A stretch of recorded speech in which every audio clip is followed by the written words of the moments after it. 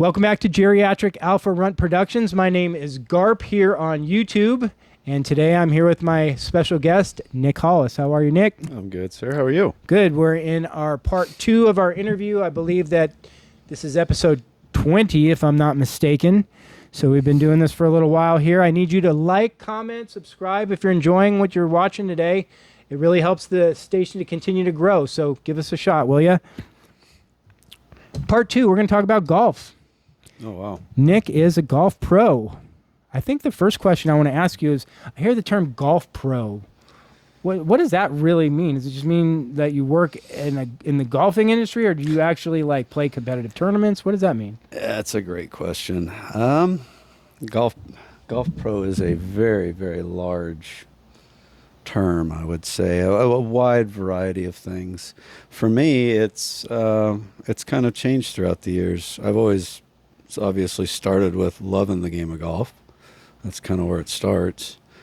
And then from there, it's progressed to where, I got pretty good. I could play almost professionally at a pretty high level, did the college thing, and then came back and didn't really like doing all the school stuff. And don't give me a math equation, but I can make a putt if I have to. Right. I hate math. No kidding. But yeah, that's kind of how it started. Now, how old were you when you started? Don't even remember. Okay, so you were hitting golf balls as a kid. Right. My dad would go out to the course if you ever had a day off, and I guess he'd take me with him. And I guess the first few times I wasn't very attentive to it, but once I kind of started figuring out what was going on, I paid attention. So it's kind of one of the few things that really made me focus and go, hey, this is kind of cool. And I'm pretty antsy in the chair most of the time. Mm-hmm. So you give me a golf club, things kind of slow down. So you grew up here in this area. You went to Lake Travis High School, is that right? Yep. You Went played here. golf there? Did they have a golf team? They did. We were a small school back then, so we came out here to be on the golf team. We had a really good golf team. Went to state every year and got pretty darn good during that time, for sure. Okay, and then after high school, you mentioned you played college golf as well? Played on the junior college circuit in Temple, Texas, and did that for 2 years. And big step up, I'm sure, in just competitiveness and seriousness. And it was a lot. It was golf every day. Very minimal classwork, believe it or not. And we just golfed every day. Got to the point where he got kind of sick of it, honestly. I can imagine. I mean, it's like if you're just living and breathing it, it can be a little bit challenging. Yeah. And golf is already challenging. I mean, like the mental game of golf. I mean, like we have so many directions that we can go with this, and I'm gonna try and keep it on track. But obviously, there's a big mental component to golf. Do you find that you have a confidence, like when you approach the ball, do you believe you're going to strike it well? I mean, because I feel like a lot of times when I approach the ball, I'm going to fucking hit this ball. And then I'm in my back saying, am I going to hit it bad? And then I'm like, if I hit it good, I'm surprised because I already have premeditated a horrible hit. This game's so tough. If you haven't been doing it every day, going back to your question, when did you start? All right, I did it. And then I probably was in a golf tournament at the age of 4 or 5, but the first age division was 6. So I was already starting to get pushed into that competitive mode to where the repetition needs to happen first. I love you, but you haven't had that repetition yet to where you still have to look at that golf ball wondering how you hit it. Okay. Did you think about how you drove here today? Not at all. But if you were 16 years old and just got your license, you probably would have been sitting there going, man, how am I going to get there? So now you kind of just do it. So to answer your question, no, at that level, it's pretty much staying out of your own way and learning how to keep the fire lit, really. I think the easiest thing to do is play bad golf. I think the hard thing to do is learn how to play good golf and continue how to do it for 18 holes. Right, and to stay rounds. focused. Yeah, to stay. I mean, that's a big problem for me. Is I hasten to say that I can't stay focused for 18 holes. No one man. can. No, it's too much. But I mean, that's for me at least too. That's the only enjoyment about golf is you're out with your friends, you're enjoying it. It's not necessarily that you're playing the 18 holes the whole time. You're fooling around, you're having your conversations, you're away from work. So You just need to know what road you're on. You know, if you're super competitive, sometimes that hurts you. You know, you get too in your way. Having fun with it, like you said, learn how to have fun with it. That's the hardest part. And know what, you know, don't set the bar too high. I think a lot of my buddies do that. They'll go, you know, I'm shooting a score today, and they'll put it in their head. Well, now there's a bar set now, and believe it or not, they shoot about that bar a lot of the times where they set it. So, like you said, a lot of this is mental. Well, you kind of said that it's like you put a limitation on yourself. Yes, you put a goal, but you also put a limitation on yourself too. Right. And depending where you are in golf, once again, if you don't, I've always said it takes probably 10 Olympic-sized swimming pools full of golf balls to really get over a ball and not think about how you're going to hit it. That's a pretty decent analogy. I'm probably on my 11th pool right now. Wow. So, you know, that's not just hitting a golf ball. That's putting, chipping, you know, doing all the sand shots, everything. But that's a lot of golf balls. Yeah, for sure. And that's kind of and you got to kind of hit a few of those pools where you're actually not doing the right stuff and you screw up. And that's when you learn and you get better. I did Nick's golf school, which we're going to kind of talk about now next. And I guess the first thing I wanted to do is give you a little plug and give you a chance to talk about your school. It's called the Academy of Golf. Where do you have your school at? Yeah, we're out in Spicewood, Texas, at a golf course called Lake Cliff. It's a Arnold Palmer design, one of his last designs. In 2003, he opened the course. We've been out there for 5 years now. This is our 6th season, and this is my first year, full year. I just got through a year of owning the golf school with my 2 other partners, Ryan Cromwell and Kyle Edwards. So pretty cool. Yeah, that's super exciting. And so I went out there with some friends of mine, and we all did their class for a week long and really got dissected. It was a little cold that week that we were out there, a little windy as well. I really enjoyed it, though. One of the things that I really took away from there that I was always, I don't even know what the proper word would be, but I always preferred a baseball grip on the club, but I always hit it because I was always told that you needed to have crossed fingers and you're not holding the club right. And I could never quite get over that because I just felt like it wasn't comfortable. And you told me it was okay to hold the club like a baseball bat, which, you know, in your fingers, though, mind you. But I thought that was super cool because forever it had been preached differently from that. So when we don't did you get preached that too, though, growing up? No, believe it or not, I never really got preached too much about grip until I got with the guy that started my golf school in 1982, Bill Moretti.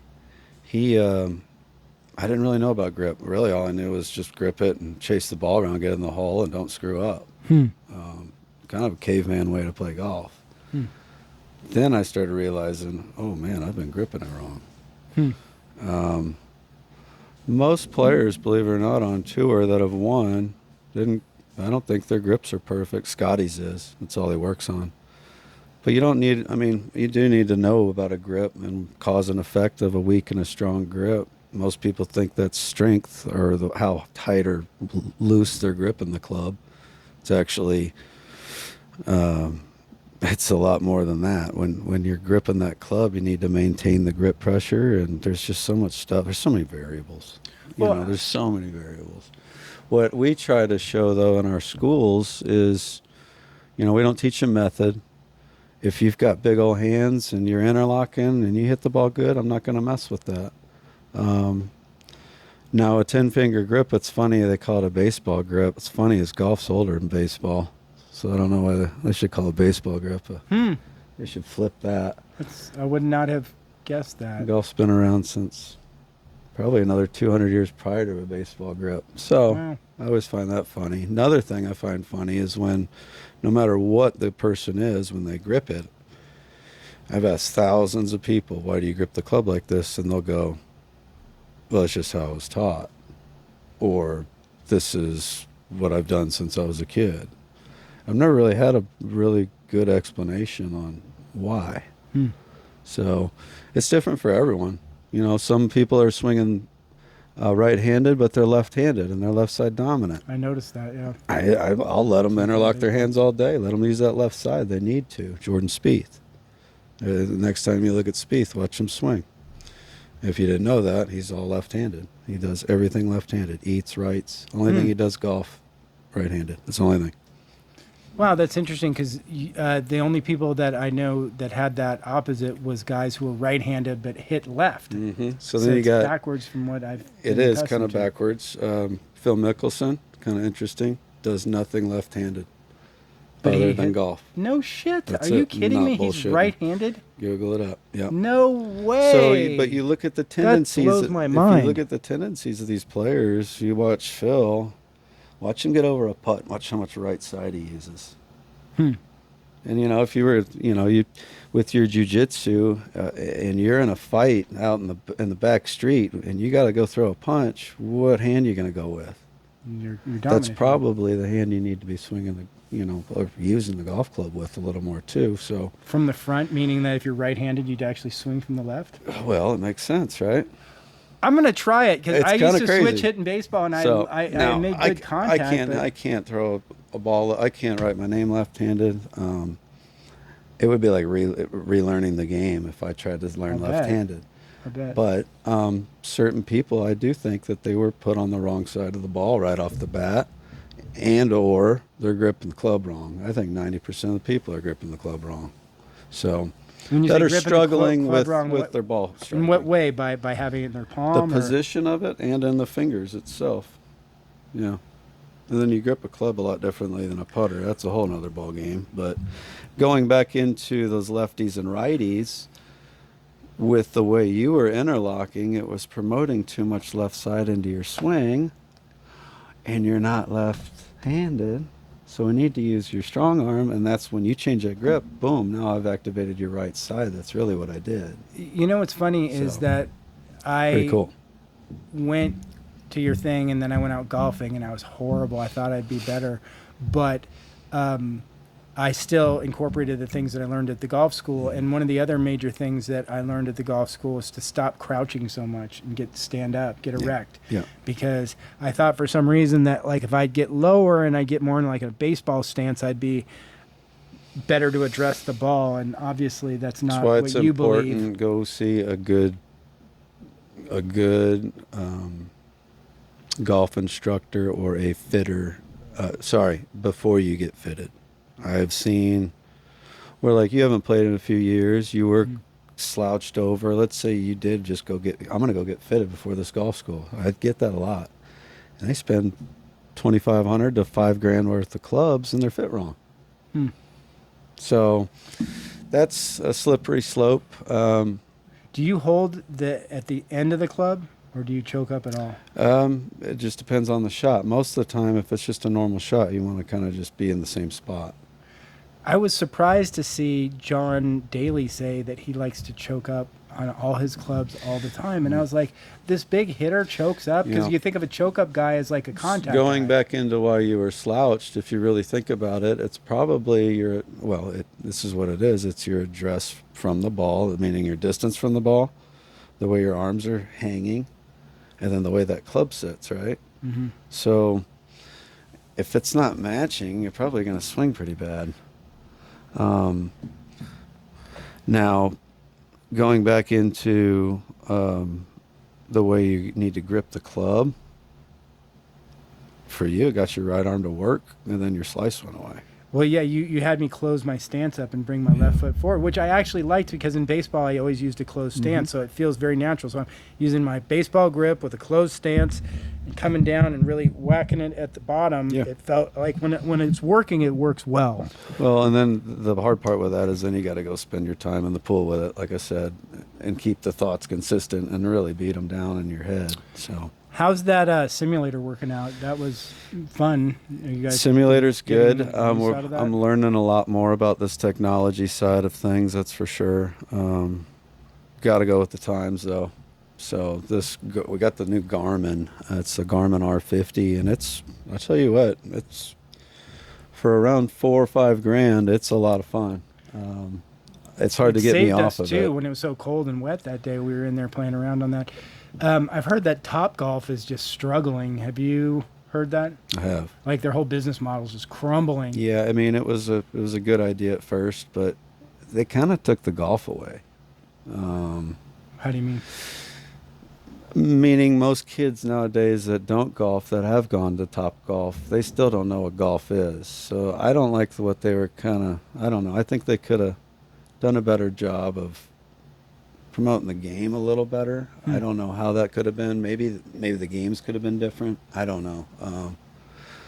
I mean, it's a heck of a concept. Somebody's put a lot of money into that. I mean, can you imagine building, like, what it must cost, the infrastructure to build a Topgolf? Holy shit. Once it's done, though, I mean, it should just be like working, right? I mean, your golf balls are getting clean. They're not getting really muddy. You really just got to turn on the lights and get a leaf blower. But I think that's where they got to. And it no longer was golf. It was just, let's open up another one and another one and another one. So golf today, are they continuing to introduce like new clubs and technology that's making like golf balls, I can imagine, are better, so you're getting longer distances? Like, how are they regulating? I mean, how do you compare golfing from the 70s to golfing of today if there's big giant so you just can't, right? Okay. I mean, a tour, Jack Nicklaus, it's like comparing baseball. If you grab Jack Nicklaus back in 72 and then you put him here on a tee box with new gear, he'd probably beat him. When they were playing with those little teeny razor clubs that they would play with back in those days. It's like watching Jimmy Connors play tennis in the 70s with his little joke head racket compared to today, where they're using graphite giant head tennis rackets. This will kind of answer your question. This is kind of crazy. I went to Austin Country Club about a week and a half ago. Buddy calls me up. He goes, "Hey, I need you to come to this lunch deal. Hal Sutton's putting it on." Hal Sutton's one of my heroes. 2004 Ryder Cup captain. I think the coolest thing he's ever done was he beat Tiger Woods and Jack Nicklaus, both in their primes, coming down the stretch on 18. And with Jack, I believe it was 17, 18. But so anyways, Hal does this awesome lunch, and the 6-iron that he beat Tiger Woods with was sitting right next to me in this chair, and I go, "No way." And my buddy goes, "Yeah, that's it. That's the 6-iron. He hit that shot on 18 against Tiger." And he goes, "Be the right club today." And he throws that dart, and he 2-putts, wins the tournament, wins the players. So the really cool thing, what he said was, there's that 6-iron. I'm looking at this 6-iron. I'm going, oh, God, I couldn't hit this thing on the club face. I mean, it looked like a little butter knife. And so he hit that shot. But what was cool is he told a story. He goes, "Yeah, but what people don't realize is they all say how I won that tournament. But y'all really want to know the real story?" And they never showed this on TV. Tiger Woods missed his shot into the green. We were tied. And they never showed it, but Tiger hit that pitch shot out of a trash can, and it lipped out. And he still had a 12-footer to get the job done. Oh, wow. And he tapped it up there and one by one. But pretty cool how that one shot, he actually didn't even make the putt. He didn't have to, but actually Tiger almost took his thunder. What year is this? This was 1999, 2000. I should know that. I'm sorry. Might have to edit that one. So we briefly touched on the greatest golfer in the previous, and we talked about Tiger and Jack. Why Why is Bobby Jones in the conversation? Because the amount of wins. I mean, because amount again, of we're wins, talking. and he never went pro. That's why he was the man. How so? So did he not win like the U.S. Open? Back or something? then, being a pro, you'd make a couple bucks for just saying it. Well, And which tournaments did he win then?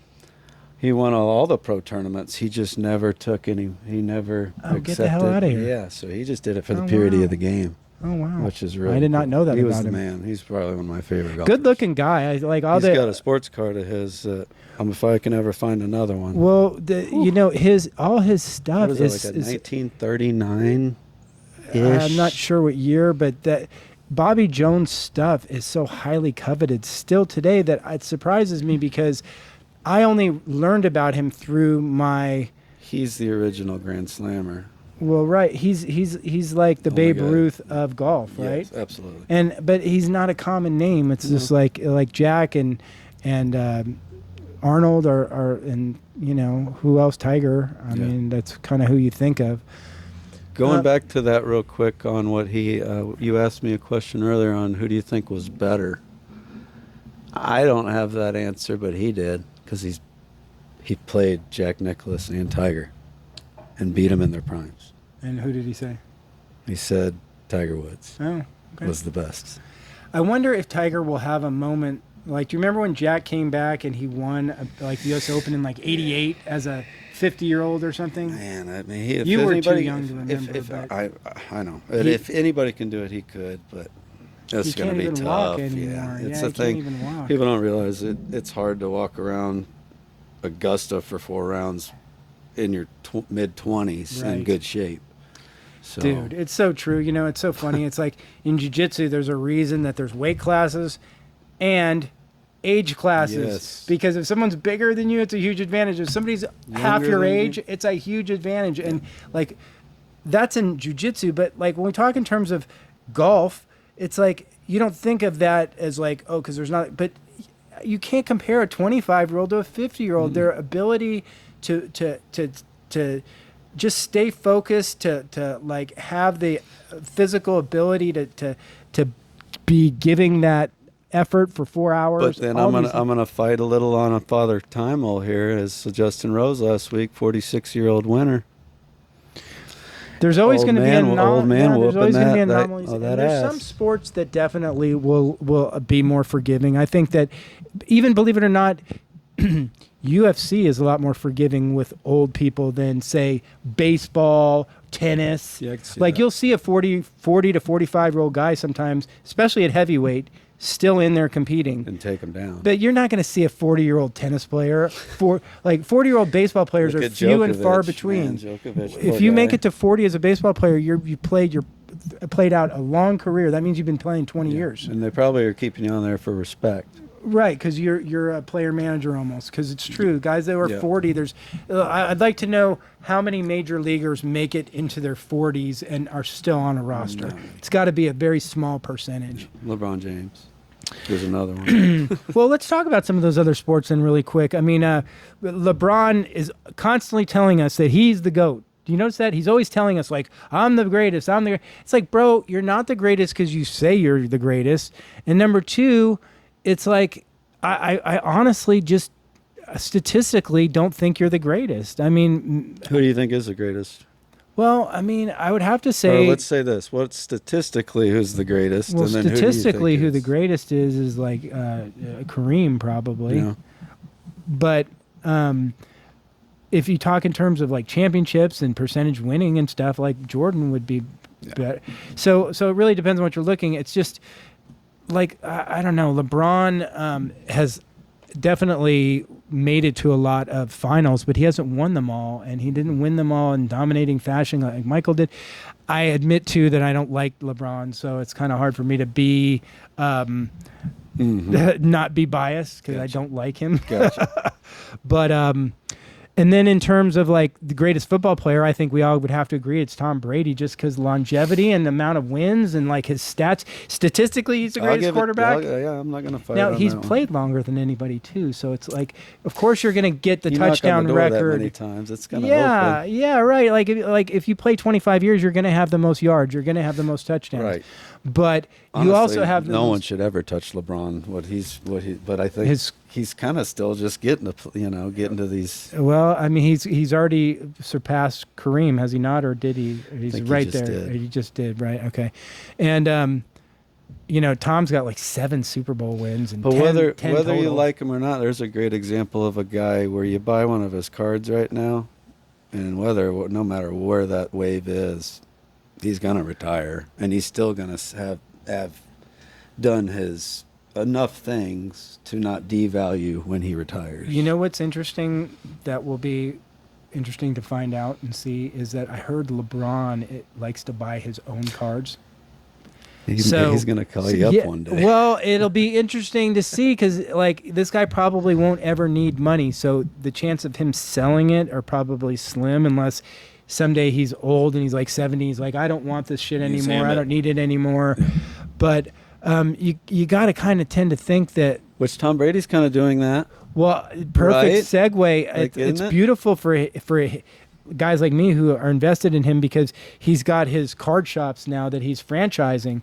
So he's really involved in sports collectibles and card collecting. That's cool. So that's going to help his It's only going to help it. card brand. Yep. And I think that obviously he's done playing, but his legacy isn't done being written because Tom could still go into politics. Tom could still be an owner or a coach. I mean, he's an owner now, but I mean, what if he really turns the Raiders into a perennial winning franchise again? He'll become famous for a different thing. It can only get better over there. I mean, they're going to get their first draft pick this year, which is that quarterback who seems to be really good and have his head on straight. Yes. I mean, like, he's a Tom Brady. See, what people don't realize, and we talk about this on the show all the time, is like, when you get a Michael Jordan, you're getting talent, but you're getting this work ethic to marry to the talent. This guy doesn't go out there and just expect to win. He practices. He, like Tom Brady, practices to win. He prepares to win. So when you've got somebody with the talent married with the right mental, that's when you get these superhuman athletes. So this guy that they're going to draft, I mean, he's really got the mentality. He seems to be playing well. So, gosh, I kind of think that he could be a really big. You never know, though, because it seems like these quarterbacks never pan out, right? They don't. I don't think they give them enough. As soon as they screw up, they're out of there. God, ain't that the truth? They give him like Sam Darnold right now, who's in the Super Bowl, is a perfect example, right? It was weird. He still had to kind of sit down on the side of the bench there for a while. Absolutely, he definitely failed several times. Like Sam Darnold cards are still nothing. Like get him now. Yeah, you should be buying him before the Super Bowl because if he wins, you lose, you just throw him in the. You know what was really interesting that I was thinking is if Matthew Stafford was able to get past Seattle and get to the Super Bowl and win a second Super Bowl, you'd have to be putting him in the Hall of Fame too. Yep. And it's like everybody doesn't talk about Matthew Stafford in those hollowed terms, but I mean, he's close. Yeah, I mean, he's got to be in the conversation at least. I think one of the guys who has lost the most as the last few years has been Elway. Elway always used to be in the conversation for the greatest quarterbacks. Now, but no one even talks about it. Yeah. It's like, dude, that guy won 2 and lost 3. How do you not? Plus, he scrambled. He had an arm. I mean, do you remember watching him? Oh, yeah. He was great. He doesn't get the credit he deserves. Elway was really good. Yep. I agree. All right, so I don't want to take you off golf here too long. What else can we say about your golf school now? You're off, going back into the golf school. We start courses we coming? do 3-day golf schools, and Tuesday, Wednesday, Thursday we do a school, and then we have a weekend school Friday, Saturday, Sunday, and we cover almost everything that we possibly can within those 3 days about golf, your mental side, pretty much cater to what you need taken care of in your golf game, whether it's mechanical or, like you're saying, mental. It's normally, honestly, one or the other. It's normally bad grip or bad info that you've received online. The social media stuff's actually good and bad for golf. I think it hurts most people on social media as far as talking about mechanics and not having somebody that knows you and your swing and really knows what they're doing. That's kind of the difference on us So yeah, we'd break your swing down and get you on video. Like you said, we have that simulator. It's really cool. If the weather gets gnarly, we go inside. We got a putting green in there, a simulator, and I'm starting to dabble into club fitting, and I want to start building golf clubs. Oh wow. So That's I mean that's got to be like just a mountain to start to even look at, because there's you look at what Lab Golf did this last 2 seasons. It's been what's pretty Lab remarkable. Golf? I don't know what that is. So they're a putter company out of Eugene, Oregon. Genius.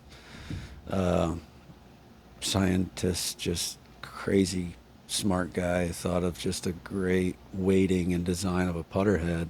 Oh. And it took pretty much an average putter into a pro putter. Mhm. Just how the way this thing moves. We're actually selling them right now. We've gotten on board with them. They're that good. So it's pretty cool. He sold the company, and I want to say he sold half the company for $200 million this year. Holy shit. To Callaway, I believe. Mamma mia. So it's pretty big time. Wow. It'd be fun to kind of open markets. There's I don't think enough has been tapped into on that side of things. So if somebody wants to do a class, they can join a class as an individual Yep. or as several. If somebody wanted to bring a group to you, what's the minimum size group that you would have a special class for? Honestly, probably 2 to 3 people we can do minimum, and maximum we can do up to probably 12 to 15 people. Do you ever offer any sort of a discount if somebody brought you 15 people Yeah, for a class absolutely. or something? Yeah, so Yeah, keep that in mind, because absolutely. that's what I did with our buddies. We had a whole group, and Yeah. we went out there, and it was really fun. Yeah, I mean, and, if you bring a group, I recommend it highly for anybody who's looking at improving their game and having fun with their friends. Yeah, I mean, if you want to Had do a it nice for lunch every day. business, it's perfect. Grandfathers and their grandsons, that's perfect. Even spouses, married couples, it works. Just you got to let us know if you want us to learn. If you want to learn together, or we need to separate you. Other than that, 3-day golf schools. It's pretty much year round. We have been off. We kick back up February 12th. It's our first golf school. And we will be kind of going all the way till end of June, every week, unless it's just a major holiday. So, And I'll be posting the card here so everybody can get the information. Once again, it's called the Academy of Golf, and it's in Spicewood at, what's the name of the golf course? Lake Cliff Golf Lake Course. Cliff, of course. I knew that. All right, Nick. Well, listen, I've really enjoyed our time today. Thanks so much for coming in. Thank you, Anthony. All right, brother. We'll talk to you soon. Again, like I always say, you know what to do. Like, comment, and subscribe. Thanks for watching.